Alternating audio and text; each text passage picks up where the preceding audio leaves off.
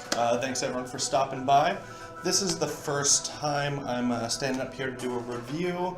So this channel usually hosts the Chronicles of Kedas. It's a D&D 5th ed campaign it's running right now. But beyond the once every other week, I don't really use the channel much, and so I was thinking of ways to use the channel more and put more content out there, and also potentially helpful content. I'm a DM's Guild creator myself, and I kind of wanted to start, there's been some stuff that I've parceled aside for use in Kedas that, like, this is, DM approved. So just talk a little bit about stuff that I find on DM's Guild that I like, do some reviews for people, and usually those are made in like a pre-recorded video and posted online. I'm not sure what I want to do with this just yet. I'm still kind of figuring out as I go along, but I figure if I start picking up people that are interested, I can also do my best to answer questions that people may have about the content that I haven't thought of or I haven't tested out yet. And then if that becomes a thing in the future, maybe I can even work towards getting the creators in here if I have enough people sitting around so they can also answer questions and get some direct feedback. So that's kind of what's going on here. I'm Dire Rose. I'm the Dungeon Master for the Chronicles of Kedas. You'll find me online most places as Basilisk Online. And I've been playing in RPGs since single digits. My older brother got me into it. And since then, I've spent a lot of that time as a Dungeon Master. The old always Dungeon Master, never a player had never held more true for anyone but me up until a couple years ago when I found a couple groups that were willing to cycle through it, and I actually got to play a little bit, and that was awesome. But I have a lot of experience as a Dungeon Master, Game Master of a variety of systems. My qualifications, obviously not the end-all be-all of game balance or game systems or anything like that. These are just my opinions, and you can decide for yourself what that's worth. But with that, I'm going to get right into it. What I have here is the Karniv's Treasure of Chult by Terry Herc. It is a quite excellent book, actually. I got a free copy from him to do the review, but I like a lot of the items in that book, enough that I will use them with my homebrew campaign, and so I'm throwing the buck at him to pay for it, because I think it is very well worth it. We're going to start with the general appearance of the book, the document. It's very well made. It is a very professional grade quality. The only big thing that I have to say about it that is easily fixed and will really up it is there are a lot of places where the art and the text run together and get way too close, and there should be a little margin in between there. And that really threw me off the whole time through it. It was one of my little pet peeves going through it, and so I think that would help a lot. I've already given Terry Herc that feedback. Otherwise, as an artist, I really appreciate that while a lot of the items in the book, and let's be honest, the book itself is a series of magical items, so there's not a ton of art that is necessary. As an artist myself, I really approve of the fact that he went in and he used open Creative Commons images as opposed to swiping someone's art and even using it with credit. There's a lot of DMs Guild stuff where I'm looking through it and I'm really curious of whether they actually got permission to use this person's art credit or not. So I got to really give them props for setting aside, finding, not the most versatile or exciting images, but ones that are safe to use and aren't, affecting anyone else or stealing anyone else's art. I really appreciate that, so I really mark them up for that one. The other thing that bothers me, and this isn't a comment necessarily on their book specifically. Their book, the cover, which you can see beside me here, is very professional grade looking. Again, it uses one of those open common license images, so that's cool. And this is a production value. This is a production value thing that I see in a lot of professionally published books, and so I can't really hold it against them. But it's something that bothers me in those two, so I'm going to mention it. And that is where the text, especially the red underline portion right here, and the text itself, it doesn't seem part of the image. It seems very slapdashed over it, with these hard lines that don't really flex in with the image behind it, and especially with that hard line there, and the bright red. I don't know, I've seen lots of published material this way. where it seems layered, but not in a way that like fits together. So I would also tweak that, but that's just personal preference. Like I said, lots of published art does that. Now that we've gone through appearance and production value, which again I said is very good, let's look at what's in it. So this book contains very, very flavorful, a lot of powerful, a lot of really mundane items that you can find in Chult. It feels like Chult to me. All of the items are very well immersed in the culture of Chult. Talking to Terry Herc, he has done a lot of research into Chult, read the novels, looked through all the old published stuff from, previous editions, really immersed himself in, and he seems to have a lot that I'm probably going to be looking into in the future because I really liked his work so far. All of them springing from this character Karniv, which is kind of his Volo, I would guess. All of it is told from an in-character perspective of an adventurer named Karniv, who has found all these things, and you get a forward and a preface of that, and I like that a lot too. But the book itself contains 13 legendary items, 5 of which are cursed, 16 very rare items, 12 rare items, 9 uncommon items. Most all of these are wondrous items, but we do have a smattering of magic weapons, armor, rings, rods, and potions that are all really cool. Some of my favorites from this are all the small, mundane, wondrous items that you might not think are very useful, but they give such a great feeling and flavor to the setting and to the characters that are carrying them. And they can be really cool if you use some player ingenuity. It's not just some weapon that gives you super great stats and then you go out and you beat something. It has this really unique key ability that's very pointed to the setting itself, and then has this little flavorful, like the brass mosquito. It's just a small little device that is enchanted to set out an audio sound that scares bugs away from you. Which is like, well, I don't.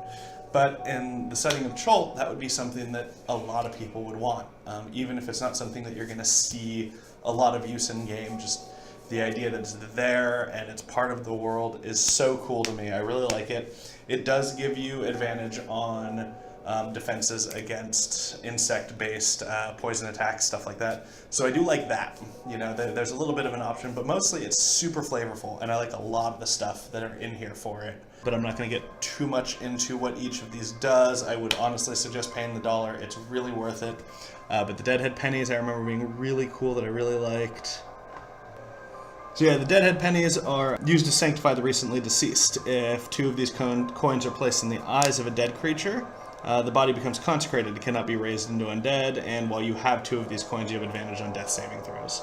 So like I said, there's a lot of cool stuff, a lot of really flavorful stuff that fits with Chult. One of the things that's big about Chult is the jungle itself is being overrun by undead, right? And so this culture is going to embody that in some way. And with this, they have these cool little magical coins that, superstitious and whatnot generates that. And you can see that in the culture, and you place them in the eyes of the undead, and it consecrates them, or dead, and consecrates them and allows them to not come back. Stuff like that, stuff that's so ingrained in the culture, so small but so cool, I really like. They do have a lot of really powerful, cool items in here too, for those of you that want badass crystal maces that do a bunch of knockback and extra damage. They got that for you. They got a bunch of cool legendary items, like I said, some of which are cursed. They have a shattered phylactery that you can use to heal, but at the same time you got a war against the Lich's spirit trapped within. They have a cloak of the Terrafolk that allows you to turn into a Terrafolk, but you might not be able to turn back, so be careful. They got a lot of really cool stuff. The rods I really like. They have a rod of, what's it called? I know it smites undead. The rod of Disrupt Undead, which has a couple cool, you spend a charge for this spell, spend a couple charges for this spell. And one of the cool things about a lot of these abilities, or a lot of these items, is that they have unique abilities, but I like the way Terry Herc did it, where each of these unique abilities is given a name. It's like casting this spell that is then explained because it is a spell that doesn't exist. And so this one does a similar thing where it has a cone attack for using a bunch of charges. It does an AoE cone attack that does a bunch of damage to undead. And so yeah, I like that. The 7 coin purse is pretty cool. It's another one of those small wondrous items that, you know, like you can get a lot of use for, a lot of mischief out of, but it's not super powerful. That one allows you to pull up to 7 coins of any denomination you've seen from your bag. And then when, you know, like pull the 8th coin out, the first one disappears. So it can allow, my bard would love to get his hands on that. It'll allow a lot of mischief for characters without being too broken. The most you can get out of it is what, 7 platinum? You know, so you can do a lot of small game shenanigans, but you can't like, I'm gonna buy this, and I'm gonna buy this, and I'm gonna buy this. You know, you're still limited. It's really cool. I did like that the first thing I was doing was a magic treasure vault type thing, because that's a lot less, it's a lot easier to ease into this whole review thing, because it's a lot harder to be like, oh, this weapon is super broken and you shouldn't allow it in your game. Because as legendary and artifacts can be, you don't really have a weapon that is too powerful. You just have a weapon that is very powerful. Caution is suggested if you are going to include it in your game. It's not like a character class where, you know, this ability it just outshines the others of that ability. That being said, none of these in this document are ones that I would say you shouldn't allow in your game. There's none that are game-breakingly powerful. Even the legendary ones are powerful, but within reason. There's nothing that, you know, the big joke about D&D Wiki, none of these are going to be up on D&D Wiki because they're quite well made, quite well balanced, and I know there is probably some good stuff on D&D Wiki that was mostly a joke. If you have stuff on D&D Wiki, anyone out there watching, don't worry, I am not specifically saying, nah, you know, it's not all D&D Wiki, right? But yeah, so there's a lot of really cool stuff. There's 50 items in here. Almost all of them are A+, from the magic weapons to the wondrous items, from the weak to the powerful. There are a few small textual comments I would like to make, and a lot of those are, it is well enough explained that I would have had no problem with it, but when I'm creating something, especially something for like an RPG or a game system, that's going to be distributed to the masses, I want to make sure that it is idiot-proof or rules lawyer-proof. To prevent any games, you hear constant horror stories, and lucky it's not something I have to deal with a lot in my games, of arguments erupting at the table because, you know, a lot of people just don't understand that DM's call is final. Within reason, DMs, you know, should be fair. But so there are a few that's like, first one that I was thinking of, the Earrings of Silence. So it allows, and it's used by rich people to basically, I don't want to talk to any of you. And so it creates a sphere, but it doesn't mimic the Zone of Silence spell. It makes them unable to hear anything. It also makes them immune to thunder damage, which is nice. But while it says it deafens them and it makes them immune to thunder damage and it makes them so they can't hear, it doesn't specifically state they are afflicted by the deafen condition. So I want to know if that's something that they want to be there, because that specific condition and that keyword interacts with a lot of other abilities differently than just the narrative of fluff of you are deafened. So there's a few things like that I plan to talk to them about and let them decide whether they want to clarify that to make it idiot-proof, or whether they just want to leave that for table's determination on a case-by-case basis. And I'm going to go, obviously, rate it in just a minute here, and I will set up some feedback, but I would definitely rate this book at about a 4 out of 5, and if some of the things I addressed in this is so close to a 5, but those margins, the picture margins, really bug me as an artist on my perspective. Layout and stuff is something I really enjoy, so those really bother me. So if we go through and get some of those fixed, I would definitely give it a 5-star. The material within it is full-on 5-star. Could use a few tweaks on a few things, but for the most part, they are all really cool. Legendary item is a skull of a ranger who was lost in Chult, and the story of that skull and the story of how it has become this quasi-living being that acts as a very cool guide for your characters if they find it. is really cool. There's just a lot of really cool items in there, and I really encourage you to go check it out.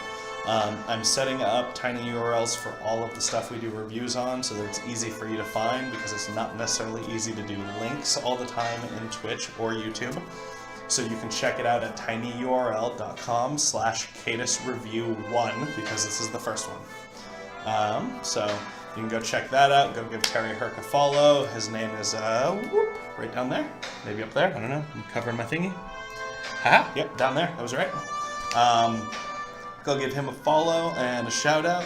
Go buy his thing. $1 is really a steal for 50 really cool magic items. Hopefully this music isn't overpowering me too much here. I'm gonna put this down.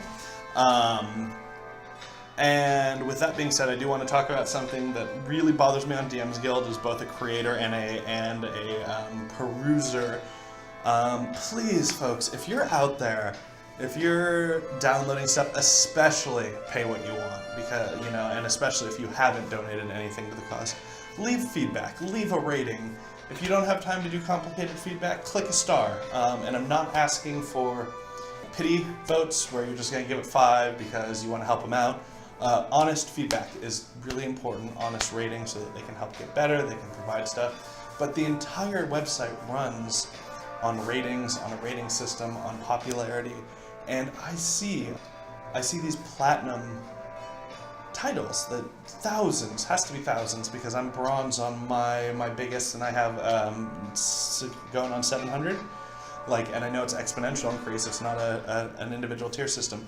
Platinums have to have thousands of people that have bought or downloaded for pay what you want, but still it's considered a buy. And they'll have 12 ratings. Literally less than 1 to 2% of the people are the only ones who are leaving a star rating, let alone a review. So please, when you buy stuff, it's really easy. Even if you don't have time now, you can always go back through all of your Dungeon Master purchases are in your account. There's a section that says, hey, leave a review, and it gives you a list of all the stuff you haven't reviewed yet. Go through, throw some reviews on some of them. I implore you to please do that as you're perusing, and especially if you're going to be using the product, try to review it, try to rate it.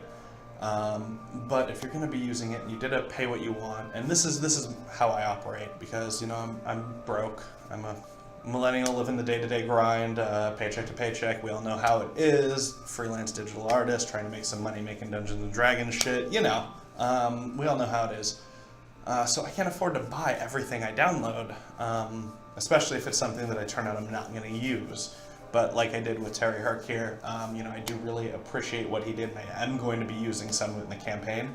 So I bought it. If you pay what you want, you can look through a bunch of stuff not paying anything. But if you find something that you're going to use, go back, throw that person $1, throw that person 50 cents, throw them $2, whatever you can spare.